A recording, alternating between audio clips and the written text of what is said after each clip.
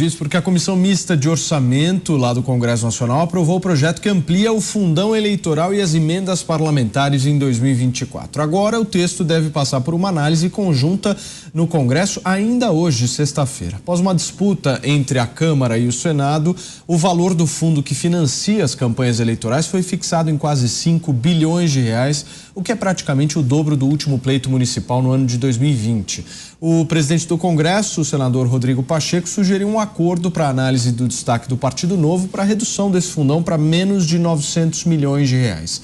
Já o valor das emendas parlamentares foi fixado em 53 bilhões de reais. Ô Beraldo, deixa eu te ouvir sobre esse tema primeiro, meu amigo. Chega mais. Paulo, bom, vamos lá. A gente tem essa questão do fundão, né? A gente tem que ser realista. Uma eleição municipal no Brasil, a gente está falando em 5.600 municípios, mais ou menos. Cada município tem pelo menos, se não me engano, 11 vereadores, por menor que seja, são pelo menos 11 vereadores. Você tem os partidos todos tentando formar chapas de vereadores, você tem os candidatos a prefeito, e aí você vai multiplicando os números. Se você fizer uma conta matemática simples, você vai ver que 5 bilhões para financiar essa quantidade de candidatos não é nada. O custo de uma campanha, por mais modesta que ela seja, ela é maior do que isso. Então, esse dinheiro não vai para, vamos dizer, promover a democracia de forma igualitária, etc.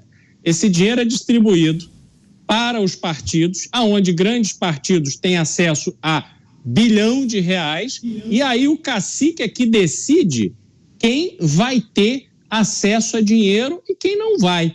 E o número de pessoas que acabam tendo acesso ao fundão eleitoral é muito reduzido. Então, esse é o problema que você vê na aplicação do fundo eleitoral. O fundo eleitoral, se você tem um argumento contra o financiamento da campanha, e o brasileiro, diferente do americano, por exemplo, o brasileiro não doa para a campanha. Os que doam num valor, e muitas vezes, geralmente insuficiente para uma campanha, e que a gente teve um episódio, que foi o episódio da eleição de Jair Bolsonaro em 2018, onde a arrecadação foi de 3 milhões e pouco, e o custo da campanha foi bem menos do que isso, mas esse é um episódio que não se repetiu. Tanto é que a campanha de Jair Bolsonaro em 2022 custou muito mais do que isso e teve que ser financiada com fundão eleitoral. Agora, você não pode permitir que o uso do fundão eleitoral seja para privilegiar alguns em detrimento de muitos. Eu sou da opinião que, se houver fundo eleitoral, ele deveria ser distribuído de forma igual, diretamente do TSE para a conta de campanha do candidato, de forma igual. É deputado, não é deputado, é prefeito em reeleição, não é prefeito em reeleição? Se virem.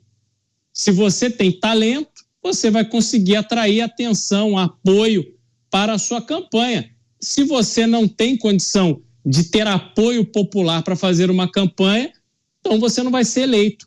Agora, o que não pode é que isso seja usado dessa forma. Então, a gente vê um orçamento separando muito dinheiro para esse tipo de coisa, que acaba sendo utilizado de forma inadequada, e os grandes e graves problemas do Brasil, Paulo, seguem sem serem resolvidos. Agora, Zé, nessa hora, 5 bilhões de reais, tem direita e esquerda? Tem bolsos, né? Tem os bolsos dos dois lados. Olha, Paulo, o orçamento foi aprovado. O Congresso Nacional já está em recesso, só volta em fevereiro. E esse orçamento, a votação de orçamento, é o retrato do atual Congresso, poderoso, né? Sem limites, e mostra exatamente a linha da política. O governo não tem maioria no Congresso Nacional. Isso ficou explícito nesse debate. Eu fico assustado. O orçamento é de 5 trilhões e 500 bilhões de reais. E o maior debate foi sobre o fundo eleitoral e os problemas do Brasil, e os gastos desnecessários do Brasil, e as dificuldades que as regiões estão. Não apareceram nesse debate. Agora, as emendas parlamentares, em 40 bilhões de reais, foram garantidas. Além disso, as emendas de comissão, que é, na verdade, o orçamento secreto com novo nome. E o Congresso ficou com 55 bilhões de reais. É muito dinheiro. Eu sei que muita gente não entende direito o que é trilhão e o que é bilhão, mas é muito dinheiro. Os partidos políticos garfaram o orçamento. O orçamento chegou no Congresso Nacional com investimentos públicos nas campanhas eleitorais na base de 1 bilhão, 900, um pouco mais de 900 milhões, 1 bilhão de reais. E foi para 5 bilhões e mais 1 bilhão e 400 milhões para o fundo partidário. Então, vamos lá, os partidos terão no ano que vem mais de 6 bilhões. Eu estou somando o fundo partidário, né, que é normal todo ano, com o fundo eleitoral, que é para as eleições do ano que vem. Esse foi o principal debate. O segundo foi de bastidores. Eu assisti esse debate. O governo deu carta branca e os emissários do Palácio eu vi lá no Congresso. Eu estava lá, dizendo o seguinte: tá bom, pode ficar com esse fundo, mas não tirem, por favor, dinheiro do PAC. O PAC é uma espécie de coroa tesouro da coroa do governo. É o PAC. E o dinheiro saiu do PAC. Então, assim, é dinheiro que deixa o investimento, quer apoia ou não o PAC, para derramar em campanha eleitoral. Né? Vou repetir o número: 6 bilhões de reais. E outro debate que eu vi muito importante foi sobre o salário mínimo. Reduziram o valor do salário mínimo para justificar dinheiro para a campanha eleitoral. Veja bem, o orçamento ele tem que ser fechado, né? A arrecadação em 5 trilhões e 500 bilhões e tem que gastar isso. É uma peça de ficção porque existem despesas fixas, 2 trilhões para serviço da dívida, 2 trilhões para fixas de salário e previdência, enfim, aí sobra esse debate ali de 126 bilhões de reais. Mas no meio desses números todos está a intenção do Congresso, que foi encher os próprios bolsos. 55 bilhões para as emendas parlamentares, de regionais e de comissão, que é o orçamento secreto, né? E dinheiro para a campanha eleitoral. Quer dizer, o Congresso está mesmo legislando para ele mesmo, isto é uma autofagia. Agora, Mota, muitos aliados do presidente Lula estão dizendo que ele foi apunhalado pelas costas com essa redução do PAC. Como é que você vê isso? Essa é uma pergunta difícil, Paulo. Deixa eu pensar aqui um pouco. Enquanto eu penso, deixa eu só chamar a atenção aqui por um ponto que o Cristiano levantou. Em 2020 foram disputados 58.200 cargos de vereador, Beraldo. 58 mil cargos de vereador. Tá? É preciso dinheiro para que esses políticos façam a campanha. E eu fiz umas contas aqui, eu acho que estão certas. O orçamento prevê 5 trilhões de arrecadação, não é isso? 5 trilhões de reais. O fundão eleitoral está previsto para 5 bilhões. Se você dividir 5 bilhões por 5 trilhões, dá 0,1% do orçamento. Então é disso que se trata o fundão eleitoral, 0,1% do orçamento. 5 bilhões para o fundão eleitoral, só esse ano, pelos dados que eu vi, já foram aprovadas isenções pela Lei Rouanet, né, financiamentos pela Lei Rouanet, de 16 bilhões, ou seja, 3 vezes, mais do que 3 vezes, o valor do fundo eleitoral. Agora, deixa eu dar para vocês uma outra perspectiva aqui. Vamos imaginar que os candidatos às eleições, né, os prefeitos, os vereadores, governador, presidente, deputados, senadores, todos fizessem um excelente trabalho no Brasil. Tá? Vamos supor que a gestão pública fosse maravilhosa e que fossem aprovadas leis inteligentes, leis liberais, leis justas. Imagina que o Brasil se torna um país excelente para se trabalhar e para se fazer negócio. Imagine a criminalidade caindo. Imaginem a gente podendo sair de casa a qualquer hora, em qualquer lugar, com tranquilidade. Imagine investidores vindo para o Brasil. O Brasil agora está ótimo, vamos investir, criando milhões de empregos. Imagine a renda do brasileiro dobrando, triplicando.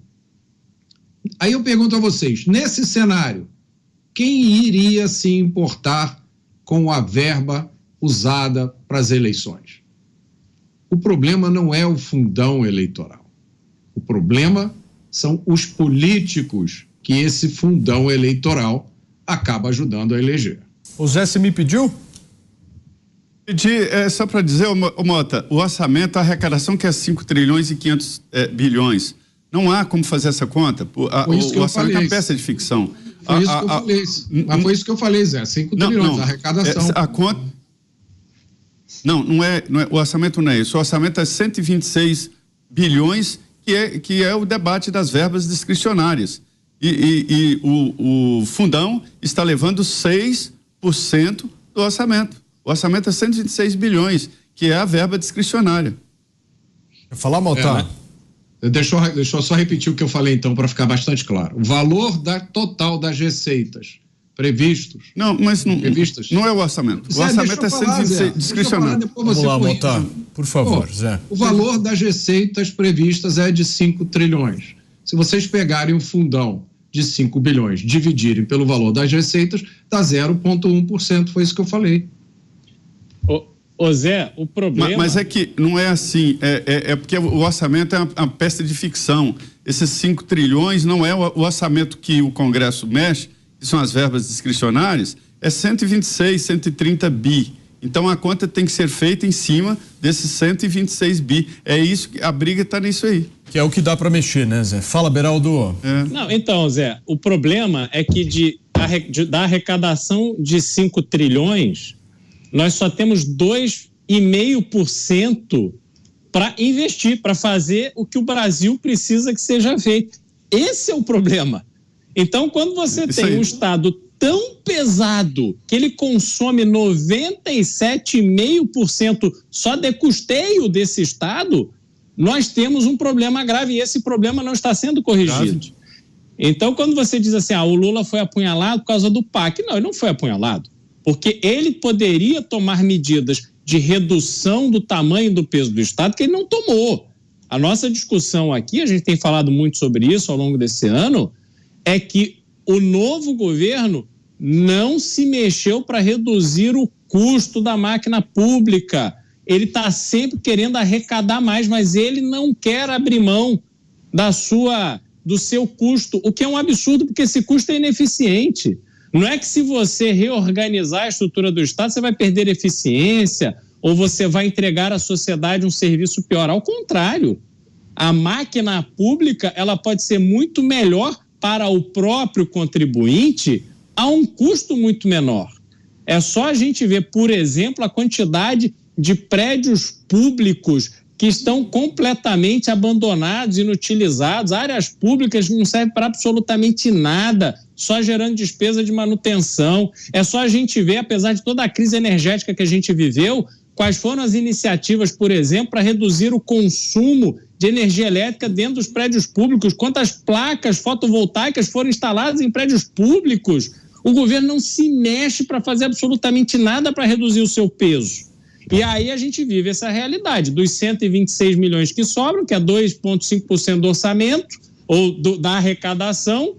A gente tem que separar 50 e tantos bi para distribuir em emendas parlamentares que, em geral, terminam não representando nada de efetivo para a sociedade, porque uma boa parte ela é desviada, outra parte ela é para financiar um pedaço de uma obra que não se conclui, vai sendo arrastada e jogada para frente, e os 5 bi do fundo eleitoral. Então, metade deste valor de 126, ou quase metade dele, já foi embora de forma inútil. E o Brasil precisa de portos mais modernos e eficientes, de aeroportos que funcionem sem essa loucura que a gente vive nos aeroportos brasileiros. As estradas, BR-126, 116, uma das principais, talvez a principal estrada do Brasil, corta o Brasil de norte a sul. Você tem áreas onde é 40 km por hora o limite de velocidade. Como é que um Brasil, um país desse tamanho, se move quando uma estrada federal tem limite de velocidade de 40 km por hora? Isso não pode, está tudo errado. Então a gente não está trabalhando em dar eficiência, modernizar o Brasil, tornar o Brasil em condições de prosperar. É um dinheiro que, apesar do PAC, do Lula, que é o PAC, etc., não tem nada no PAC que seja transformador, porque o Brasil precisa ser redefinido. O Brasil precisa começar de novo. E nós não estamos nesse caminho. A gente está enxugando gelo. Inclusive, Zé, deixa eu fazer aqui um recado importante para a nossa audiência. Se vocês acessarem agora o www.jp.com.br, vocês vão se deparar com uma notícia que eu queria muito que você pudesse comentar, Zé, dessa crítica do Pacheco. Ele está puxando para um outro lado, né? Dizendo que, inclusive, o mais correto em relação ao fundão eleitoral seria o mesmo valor de 2020. Ele vai ser voto vencido, né? Há uma tentativa de reduzir. Eu acho que isso é justificativa moral. Não adianta fazer acordo. A lei orçamentária foi aprovada, já está aprovada. Agora vai para a sanção do presidente Lula. Ele pode, o presidente pode vetar, porque ele mandou ao Congresso um fundo eleitoral de 900 bi. Ele pode vetar, mas aí esses vetos ao orçamento voltam ao Congresso Nacional. Aí é preciso muito mais força para derrubar os vetos presidenciais. O governo está especialmente ali irritado com a queda no salário mínimo. Mandou um salário de 1.421 e saiu do Congresso um salário mínimo de 1.412. Quando se aumenta de um lado, tem que puxar de outro. O orçamento tem que ser fechado, né?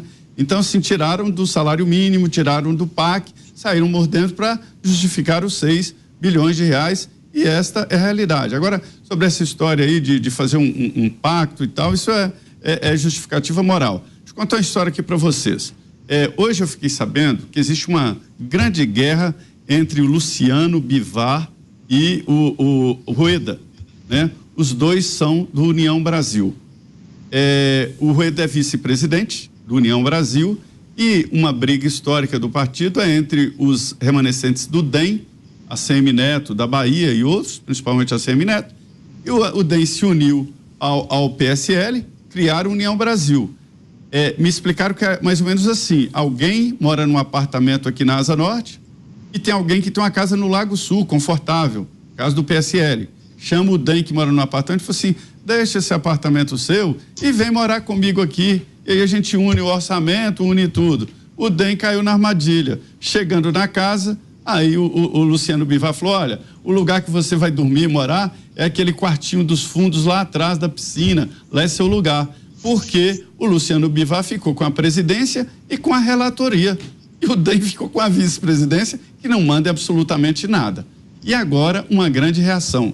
Houve a convocação de uma convenção nacional do União Brasil, que muita gente chama de Desunião Brasil, e anteciparam para fevereiro. E aí a disputa é feia e o ACM está tentando tomar o União Brasil. Agora, senhores, esse debate todo que eu te contei aqui, não é ninguém pensando no Brasil, não. É a chave do cofre. União Brasil é um partido rico. Ô Zé, e teve também uma notícia que a Câmara dos Deputados vai gastar cerca de 100 milhões de reais na reforma dos que a gente chama de apartamentos funcionais, né? Que são os locais onde os deputados moram em Brasília. Eu queria que você pudesse explicar um pouquinho pra gente, porque hoje a gente tem aí algo em torno de 200 metros quadrados por apartamento, é mais ou menos isso? Conta pra gente como é que os deputados ficam aí em Brasília. É um latifúndio. Veja bem, em primeiro lugar, eu quero dizer o seguinte: nesse documento orçamentário está uma aberração chamada Congresso Nacional, que gasta 13 bilhões de reais. Vou repetir, Câmara e Senado, 13 bilhões. Para uma comparação, uma cidade de 500 mil habitantes, com toda a sua complexidade de segurança, pagar escola, lixo, transporte, tem um orçamento de 900 milhões. Uma cidade como São José do Rio Preto, por exemplo, deve ter, eu não tenho aqui as mãos, mas um orçamento de 1 bilhão e 200, 1 bilhão e 300 milhões. O Congresso gasta 13 bilhões de reais. 85% disso, salários. Não é nem investimento, é salários. Pois bem, esses apartamentos funcionais são latifúndios urbanos. São apartamentos de 4 quartos com escritório, enormes, a sala enorme, né? E ele é mantido todo pela Câmara, com segurança, ninguém paga condomínio, e todo reformado, com garagista, que é coisa antiga.